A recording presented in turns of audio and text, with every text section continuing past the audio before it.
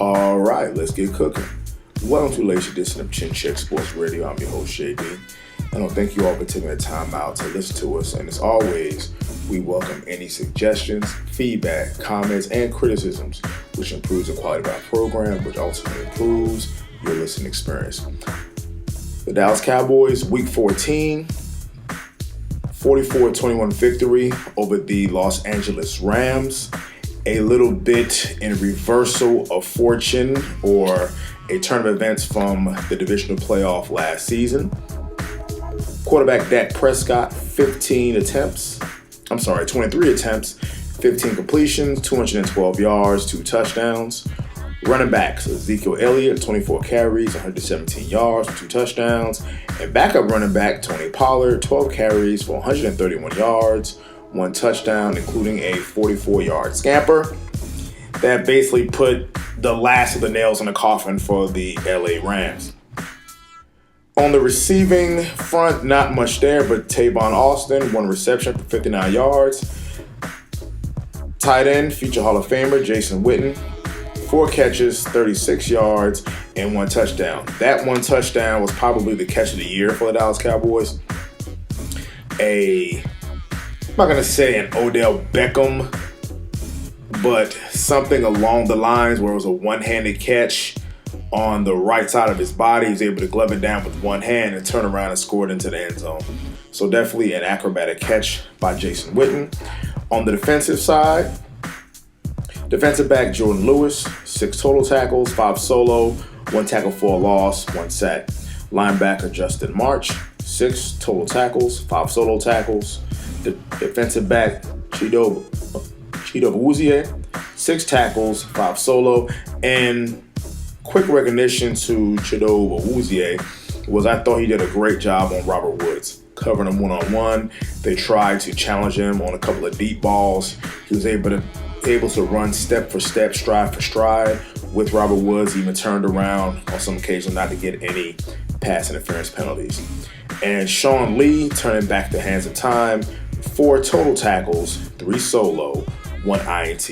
Now that 1 interception by Sean Lee, what came right at the end of the second half. The Dallas Cowboys already had scored. The Rams didn't get the ball back, trying to make something happen, trying to build some momentum going in to the second half, trying to get a quick score on a bad pass by Jared Goff. It's picked off by Sean Lee, who does a spin-a-rooney danceroo with almost looking like a tailback out there.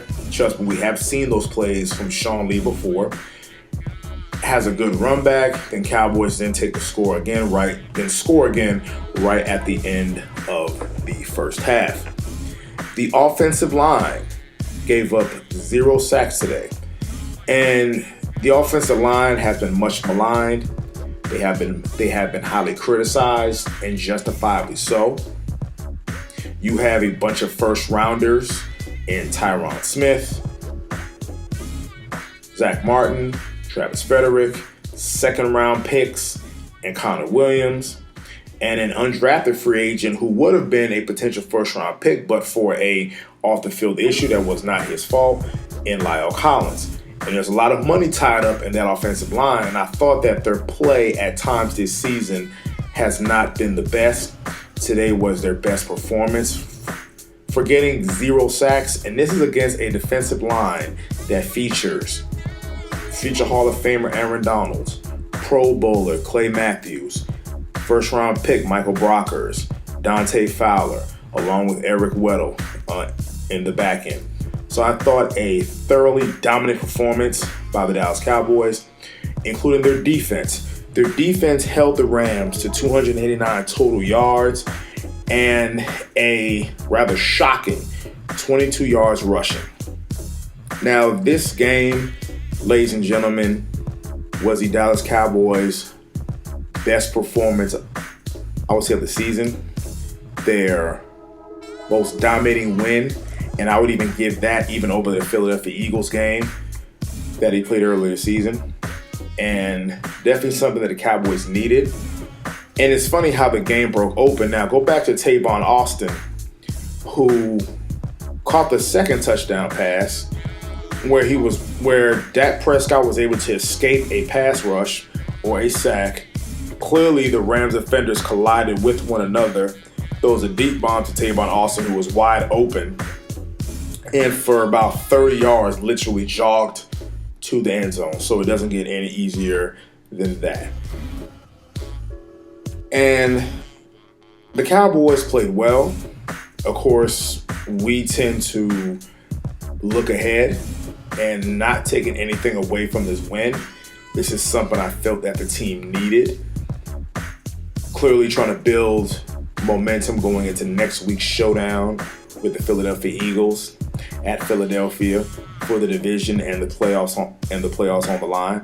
So the Cowboys were fortunate enough to be ahead by such a wide margin. Even that 21 points scored by the Rams, those were actually rather late scores, so that the game was well out of hand really by the first half. So the Cowboys are able to rest a couple of defenders, rest a couple of starters, and try to get them an early head start on for next week's game, playing against a Philadelphia Eagles team who had a comeback victory on the road. Even though, yes, the Redskins record-wise are not that good, but divisional games can go either way, throw records out. So I expect next week it's not going to be as easy as it was in the first game between the two teams in October. For the Cowboys jumped out to a 14-0 lead based on turnovers. I don't think that's going to be the case. It's going to be a hard-fought victory because if the Eagles say one thing, they will go down fighting. They do still have Carson Wentz. They will play for pride, and they will fight for pride, and even they know that this is their shot. The Cowboys have nobody but to blame but themselves, even being in this position. For you have the head-to-head matchup with the Philadelphia Eagles. You were winning ball games. You promptly lost 3 straight games. Even going back to the Thanksgiving game, you lost that game. Then the Eagles promptly lost a game against the Miami Dolphins. Then the Cowboys blow the game against the Chicago Bears. So you definitely felt that this upcoming game was going to decide the division. And it has come to that. Let's just say in the last couple of years, when it has come down to deciding a division or a win and you're in scenario, the Cowboys have not done well, and recent history would indicate that. In 2011, 12, and 13, 3 straight games, 3 straight years, 3 straight chances to get in the playoffs and win the division, and the Cowboys lost all 3 games to an NFC East rival. So, and this is one of those, it can go either way. I would expect the Cowboys to win based on talent on paper and based on what the Eagles don't have in wide receivers. They are thin at wide receiver, so the Cowboys can really pin their ears back. I'm still concerned about the lack of a pass rush. I'm still concerned about that.